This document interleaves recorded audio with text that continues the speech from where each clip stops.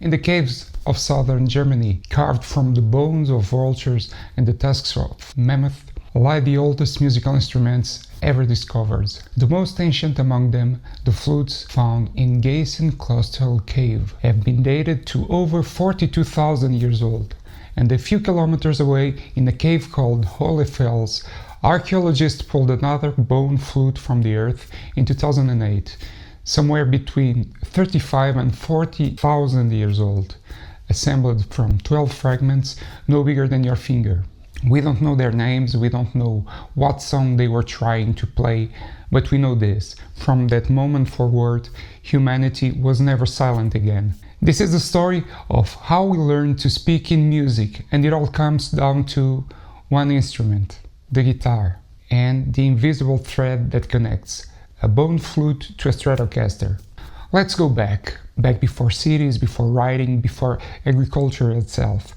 Imagine standing in a cave 40,000 years ago, listening to the oldest music ever made. These flutes weren't made for survival, they weren't hunting tools or weapons, they were made because something deep inside the human brain needed to create beauty.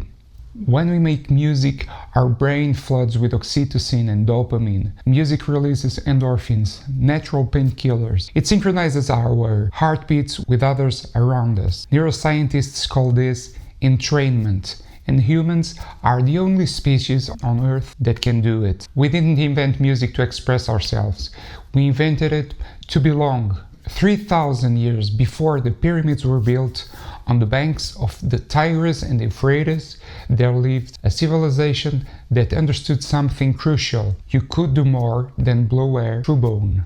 The Lyre of Ur, dating to around 2500 BCE, is among the oldest surviving stringed instruments, and it tells us something profound. Somewhere, someone realized that if you stretch a chord tight and pluck it, it sings. The lyre probably evolved from the hunting bow, a theory that's never quite been proven, but it is hard to shake. Warriors discovered that tightening the string changed its pitch. Someone brilliant thought, what if we add a hollow box underneath to amplify the sound? And just like that, music grew a body. 1,000 years later, a mathematician named Pythagoras made a discovery that would shake the music forever. The notes that we love most follow mathematical rules. An octave is a 2-to-1 ratio. A perfect fifth is a 3-to-2.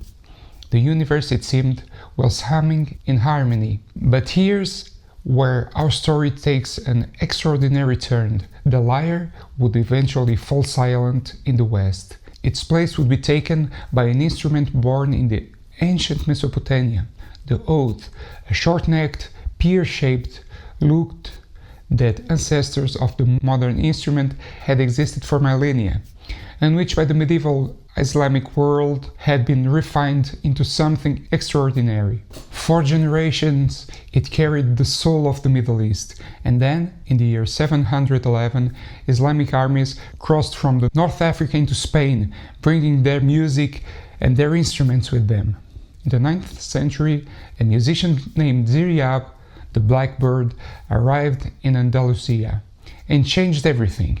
He added a fifth string to the oud, transforming its range. He established one of the world's first formal schools of music in Cordoba, training singers and players of both sexes, building what would become a template for the musical education in the West. His oud, modified and refined over generations, would slowly transform. In medieval Spain, something extraordinary happened.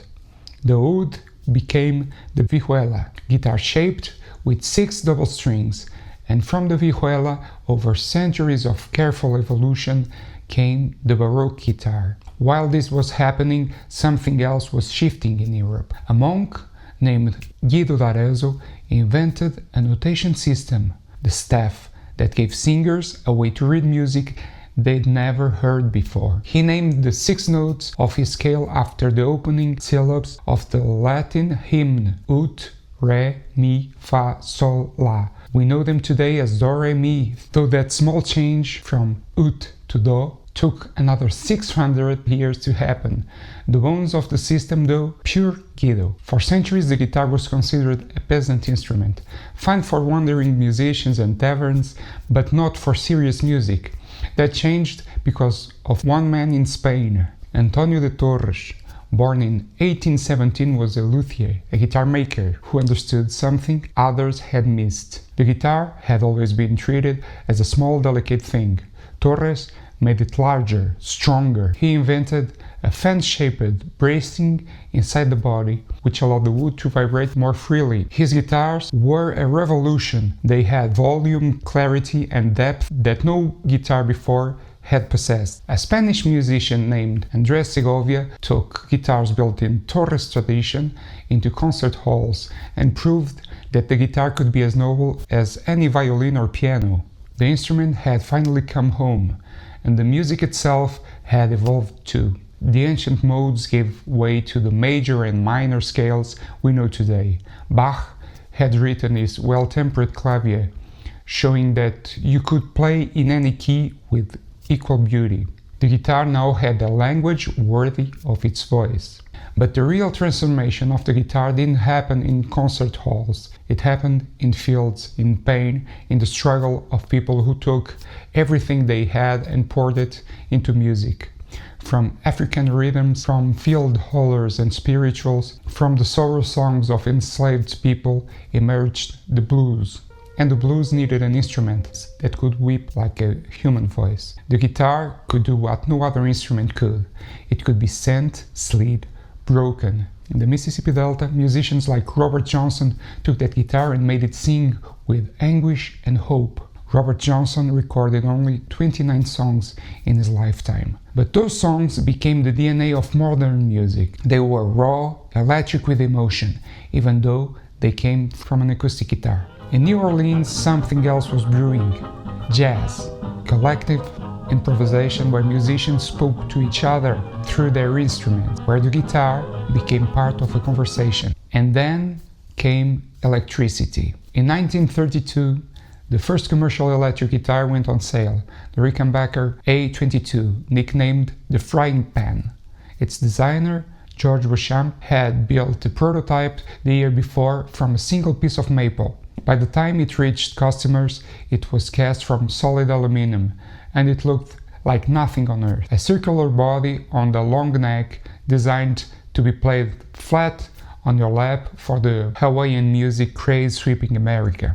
It was a lap steel, not the guitar we know today, but it represented a fundamental shift. The guitar was no longer limited by the acoustic box. It could be amplified, electrified, infinite. A man named Leo Fender, who couldn't even play guitar, engineered the Telecaster and the Stratocaster, instruments so perfect that millions of people still play them today, unchanged in essence. And in the 1950s, something seismic happened. Chuck Berry plugged in his guitar and played Johnny B. Good, and suddenly the guitar was the loudest, most exciting voice in the room. The guitar was now the voice of rebellion, youth and dreams. Then came Jimi Hendrix. At the Monterey Pop Festival in 1967, he played his Stratocaster upside down, left-handed, and bent the instrument's sound into places it had never gone. He played feedback like a language. He played silence and screams and ecstasy. From the bone flute in a cave to the Stratocaster on the stage, from a single note in the darkness to symphonies that move millions, the thread that connects them all is the same. Humanity's need to speak in something deeper than words. We are the singing animal, and the guitar, in all its forms, has been our voice.